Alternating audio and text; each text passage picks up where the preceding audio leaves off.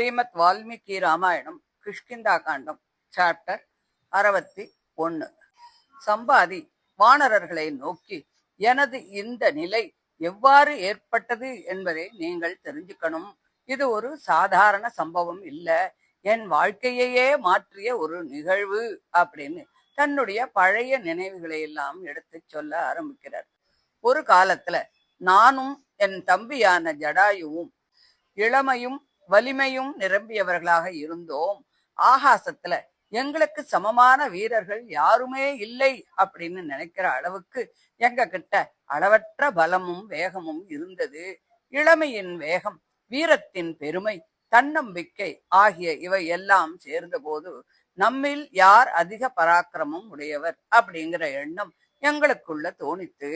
அந்த எண்ணம் நாளடைவுல ஒரு போட்டியாக மாறி போச்சு. ஒருவருடைய வீரத்தை மற்றொருவர் சோதிச்சு பார்க்கணும் அப்படிங்கிற ஒரு ஆர்வம் எங்களுக்கு வந்தது.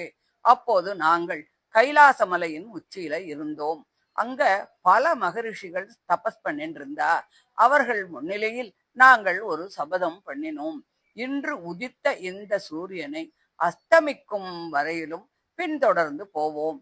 சூரியன் மறையும் மலை வரை அவனோடு சென்று வருகின்றவன் உண்மையான வீரன் அப்படின்னு ஒரு உறுதிமொழி எடுத்துட்டோம். அப்போது அந்த செயல் எவ்வளவு ஆபத்தானது அப்படிங்கிறத பத்தி நாங்க நினைக்கவே இல்லை. இளமையின் வேகமும் வீரத்தின் கர்வமும் எங்களின் அறிவையே மறைத்து விட்டது. சபதம் செஞ்ச நாங்க 2 பேரும் ஆகாசத்துல உயர பறந்தோம். சூரியனின் பாதையை நோக்கி வேகமாக போனோம். ஆரம்பத்தில் அந்த பயணம் ரொம்ப இனிமையாகத்தான் இருந்தது. மேலே போக போக பூமியின் காட்சிகள் எங்களுக்கு கீழே விரிந்தது. பெரிய நகரங்கள் அனைத்தும் சிறிய தேர் சக்கரங்களைப் போல தோணித்து. பறந்து விரிந்த மலைகள் சின்ன கல்ல போல தெரிஞ்சது. பூமியெங்கும் ஓடிய நதிகள் வெள்ளை நூலை போல தோணித்து. உயரத்தில் இருந்து பார்த்த போது மனிதர்கள் பெரிது என்று நினைக்கும் அனைத்தும் எங்களுக்கு மிகச் சிறியதாக உணர முடிஞ்சது. சில இடங்களில் இருந்து இனிய இசைக்கருவிகளின் ஒளிகள் மேலே வந்தது. வேதம் ஓதும் முனிவர்களின் கம்பீரமான சப்தங்கள் எங்கள் காதுல விழுந்தது. சிவந்த ஆடைகளை அணிந்த பெண்கள் பாடிக்கொண்டிருந்த காட்சிகளும் எங்களுக்கு தெரிஞ்சது. கீழே உலகம் தன்னுடைய இயல்பான வாழ்க்கையில் இயங்கிக் கொண்டிருந்தது. மேலே மேலே பறந்தபோது இமயமலை, விந்தியமலை, மேருமலை போன்ற பெரும் மலைகள் கூட ரொம்ப சின்னதா தோணித்து. நீரில் நிற்கும் யானைகள் போல அவை தொலைவில் தெரிந்தது. உலகில் மிக பெரியதாக கருதப்படும் பொருள்கள் கூட உயர்ந்த இடத்திலிருந்து பார்க்கும் போது சிறியதாகத்தான் தெரிகிறது. ஆனால் சிறிது நேரத்திற்கு பிறகு நிலைமை மாறத் தொடங்கியது. சூரியனின் உக்கிரமான வெப்பம் எங்களை தாக்க ஆரம்பித்தது. உடல் முழுவதும் வியர்வை பெருகியது. எங்கள் வலிமை குறையத் தொடங்கியது. களைப்பு வந்துடுத்து. பயம் வந்தது. கண்கள் மங்கி போச்சு. மனம் கலங்கி போச்சு. இன்னும் சில நேரத்தில் எந்த திசை எது என்பது கூட அறிந்து கொள்ள முடியாத நிலை வந்தது. தெற்கு எது, மேற்கு எது, கிழக்கு எது என்றே புரியவில்லை. எங்கும் நெருப்பு மட்டுமே இருப்பது போல தோன்றியது. உலகமே யுக முடிவில் நெருப்பால் அழிஞ்சிடும் போல தெரிஞ்சது. என் மனமும் ரொம்ப சோர்ந்து போயிடுத்து.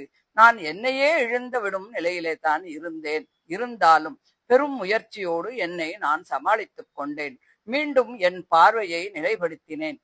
கண்களை திறந்து சூரியனை நோக்கி பார்த்தேன். அப்போது அந்த சூரியன் எங்களுக்கு பூமியின் அளவிற்கு சமமாக தோன்றினான்.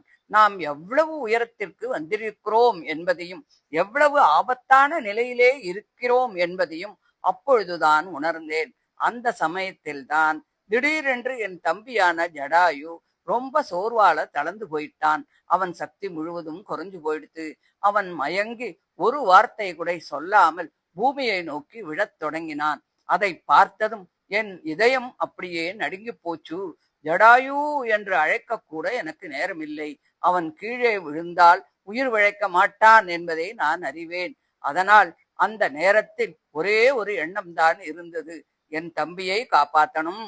உடனே நான் வேகமாக அவன் அருகில் சென்றேன். என் 2 சிறகுகளையும் விரித்தேன். சூரியனின் கொடிய வெப்பம் அவனை தாக்காதபடி என் உடலையே அவனுக்கு கவசமாக மாற்றிவிட்டேன். சூரியனின் உக்கரமான வெப்பம் அனைத்தும் என் சிறகுகளின் மேல் விழுந்தது. கொடிய நெருப்பில் எறிவதைப் போல என் சிறகுகள் கருக ஆரம்பித்து விட்டது. தாங்க முடியாத வேதனை உண்டானது. ஆனால் நான் என் சிறகுகளை சுருக்கவில்லை. என் தம்பி பாதுகாப்பாக இருக்க வேண்டும் என்பதே என்னுடைய எண்ணமாக இருந்தது. என் சிறகுகள் முழுவதுமாக எரிந்து போச்சு. ஆனால் ஜடாயு காப்பாற்றப்பட்டான். அதற்கு பிறகு என்னால் ஆகாசத்தில் நிலைத்து நிற்க முடியவில்லை. என் சக்திகள் அனைத்தும் குறைந்து விட்டது. சிறகுகள் கருகிப் போனதால் நான் கீழே விழத் தொடங்கினேன்.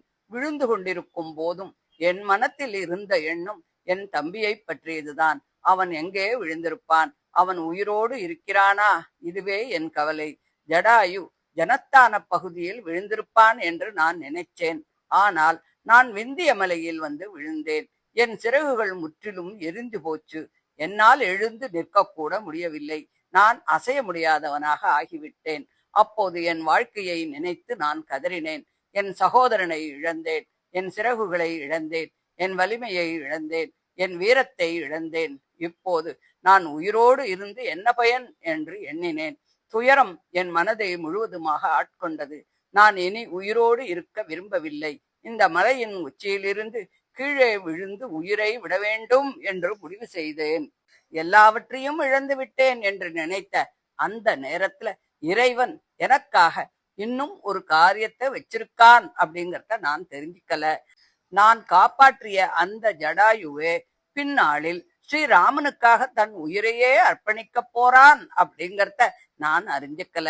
நானும் இன்னும் உயிரோடு இருந்து ஒரு நாள் ஸ்ரீராம காரியத்திற்கு உதவ வேண்டியவன் என்பதையும் அப்போது நான் அறிஞ்சுக்கல.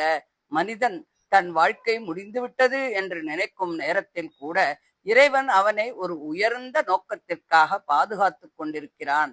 அகந்தை மனிதனை ஆபத்திற்குள் இட்டு போகும்.